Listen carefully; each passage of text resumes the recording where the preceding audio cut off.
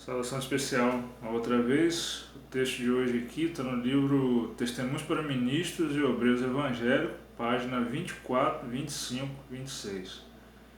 Reuníamos-nos sentindo angústia de alma a fim de orar para que fôssemos um na fé e doutrina, pois sabíamos que Cristo não está dividido. Cada vez tomávamos um ponto para assunto de nossa pesquisa. Abriam-se as Escrituras com sentimento de temor, jejuávamos frequentemente, a fim de pôr-nos em melhor disposição para compreender a verdade. Se depois de fervorosa oração não compreendíamos algum ponto, o discutimos e cada qual exprimia livremente sua opinião.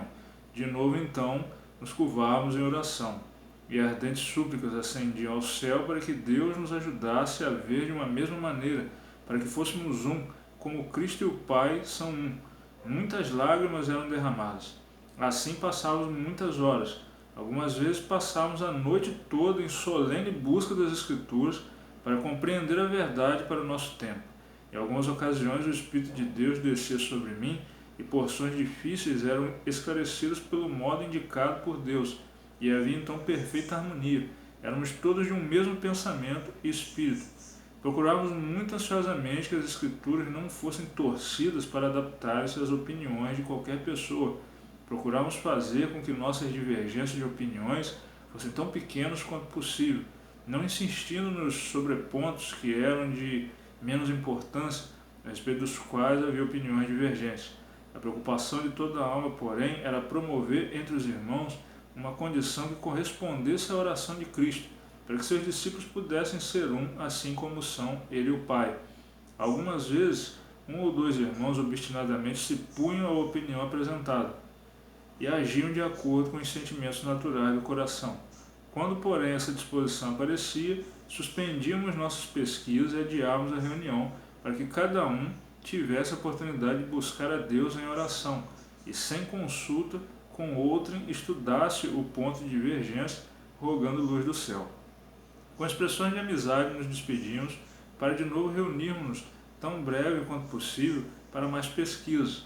Por vezes o poder de Deus descia sobre nós de uma maneira assinalada, e quando a clara luz revelava os pontos da verdade, chorávamos e regozijávamos juntamente, amávamos a Jesus e amávamos uns aos outros.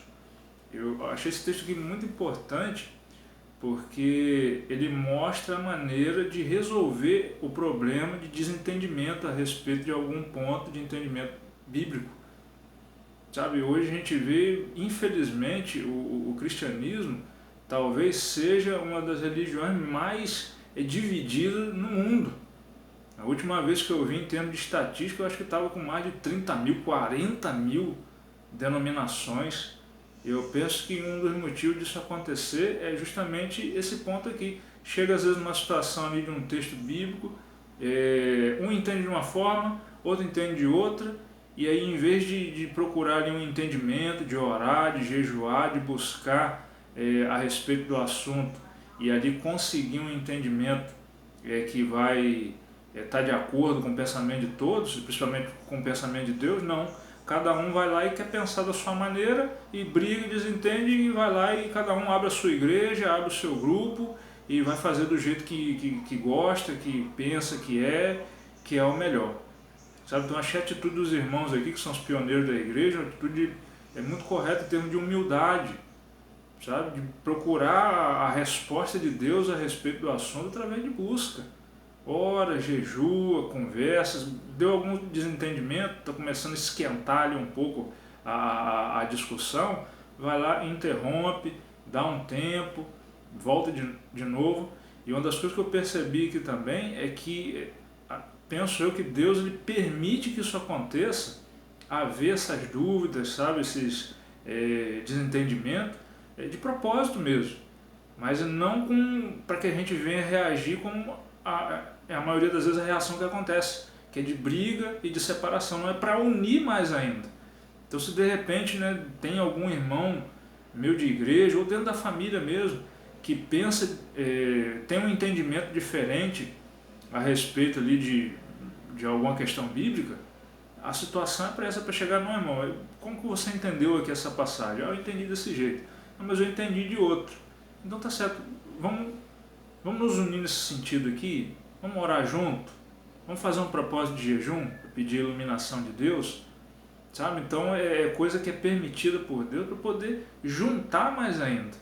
Só que parece que a nossa programação mental, né, como sempre, toda errada, entende a coisa ao contrário. Aí briga, arruma problema, divisão, aí muitos querem sair da igreja, abrir os seus grupos, sabe?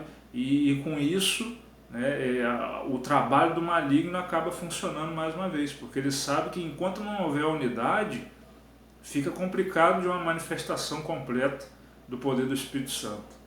Então acho que é o pensamento que a gente deve ter, esse de humildade, sabe? Eu posso estar errado às vezes no entendimento que eu tive a respeito da Bíblia, e de repente o irmão lá está certo.